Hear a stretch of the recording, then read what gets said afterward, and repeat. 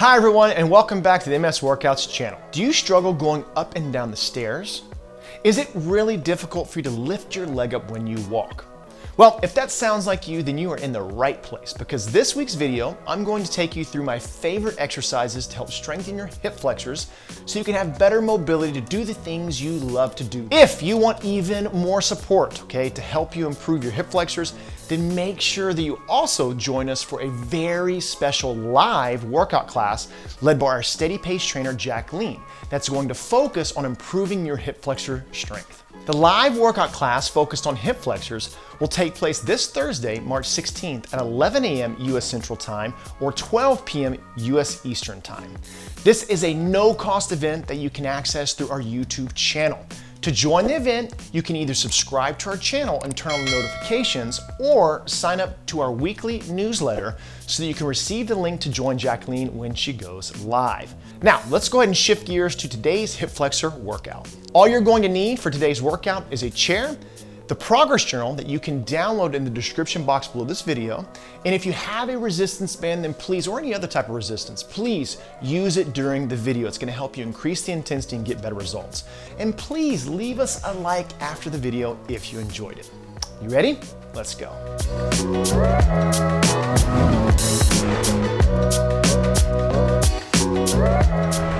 Hello everyone, and today we are here for my favorite 3 exercises that are going to help improve your hip flexor strength. We know that our community struggles with going up and down the stairs, being able to pull that femur through in your gait, and each and every one of you want to improve that area. So let's go ahead and rock and roll with my 3 favorite exercises. We're going to start with a metabolic, or what we call isometric hip flexion with resistance. Let's do it. Okay, I'm going to use a 8-pound dumbbell. The reason I know I need to use an 8-pound dumbbell is because I have my trusty progress journal. Make sure that you take the time to download the progress journal that is in the description box below, or grab a piece of paper because it's important to write our results after the exercise is over. So let's go ahead and rock and roll. Clock is on. You're going to bring your leg into the starting position, which is just lifted up. I'm taking resistance and I have it on the end of my knee here. If you don't have resistance today, if you're just starting out, you're beginning, just follow along with me with your body weight. And once your body proves to you what you can do, then you start to add resistance afterwards. The goal is to reach momentary muscle failure in this 60 to 90 seconds. And that's simply the point. You can no longer keep this femur, this leg up. Keeping this leg up is literally being executed by your hip flexor right now. You're gonna feel it some in your quadricep. If you are adding resistance to increase the intensity, then make sure the resistance is directly down on the end of the femur. That's going to load that hip flexor.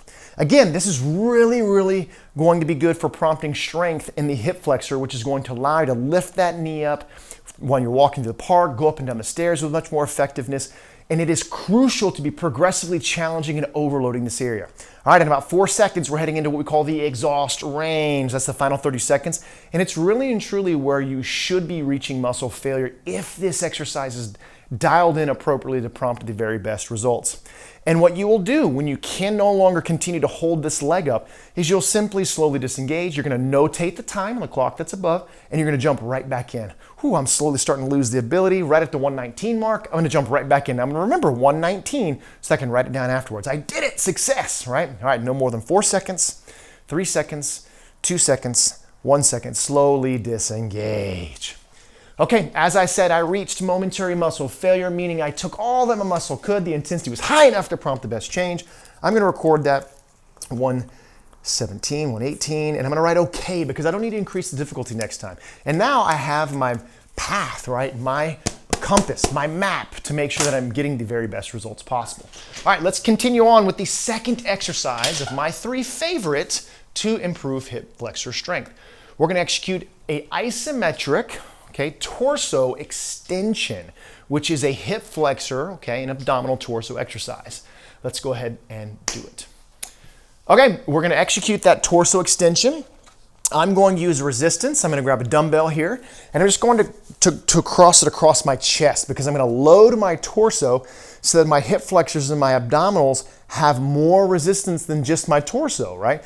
Because I can complete the entirety of the 130 with just my torso. I know that because of my progress journal. I have my map out, right?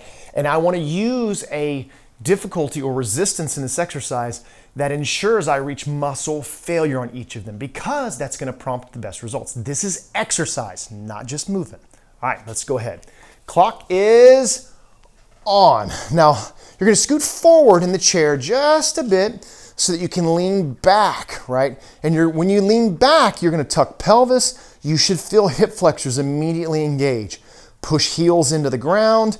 With that slight lean, you want to focus on diaphragmatically breathing as well, which means belly button towards the spine, all the air to the lungs. Now, the goal is muscle failure. That is when you can no longer hold in this position. When you get to the point where you can no longer hold in this position, you'll relax the muscle, you'll go back into the seat, or you'll come forward, you'll notate the time that's on the clock, and then jump right back in. Because notating that time is essential in the measurement process. At the end of the exercise, you're going to write it down.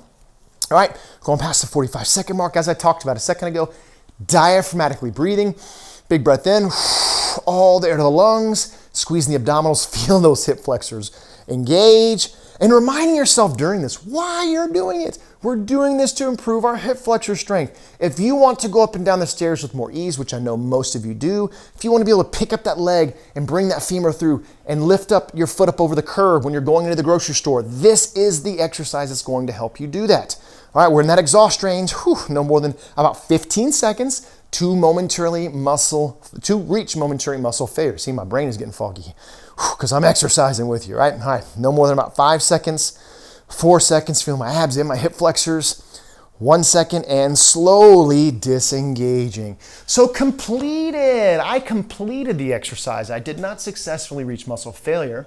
So what I'm going to do is on my Stress Free Progress Journal, I'm going to write 1 minute and 30, and I'm going to write plus because I need to increase the difficulty, right? So I'm going to add 3 to 5 pounds there on my chest next time so that I can hopefully continue to progressively challenge the body, which leads to the development of the muscle tissue, which then leads to more stamina, more strength, more injury resistance when you execute an effective recovery process, which you know we talk about all the time.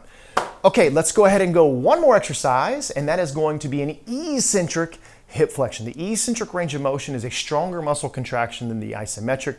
We've talked about it in past videos. We'll talk about it in a later video. If you have a question about that, drop a comment in the comment box below.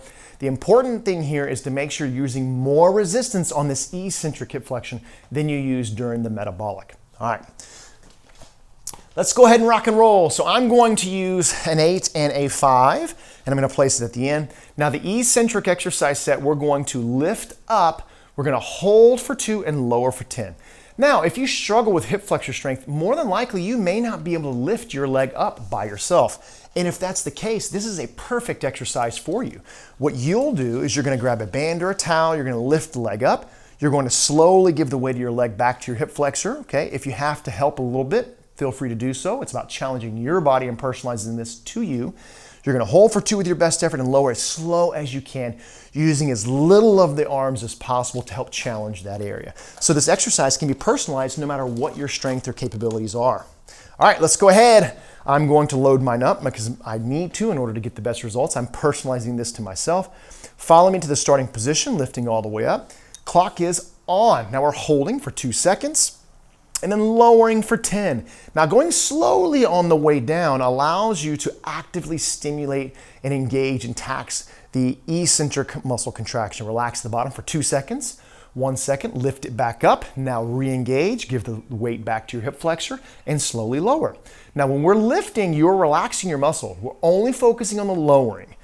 For 2, 1, and relax completely. Recover, these are maximum efforts. Now lift the leg back up. Slowly take hand away, actively engage. Muscle failure on these eccentric sets is when you can no longer lower it at 10 seconds or slower.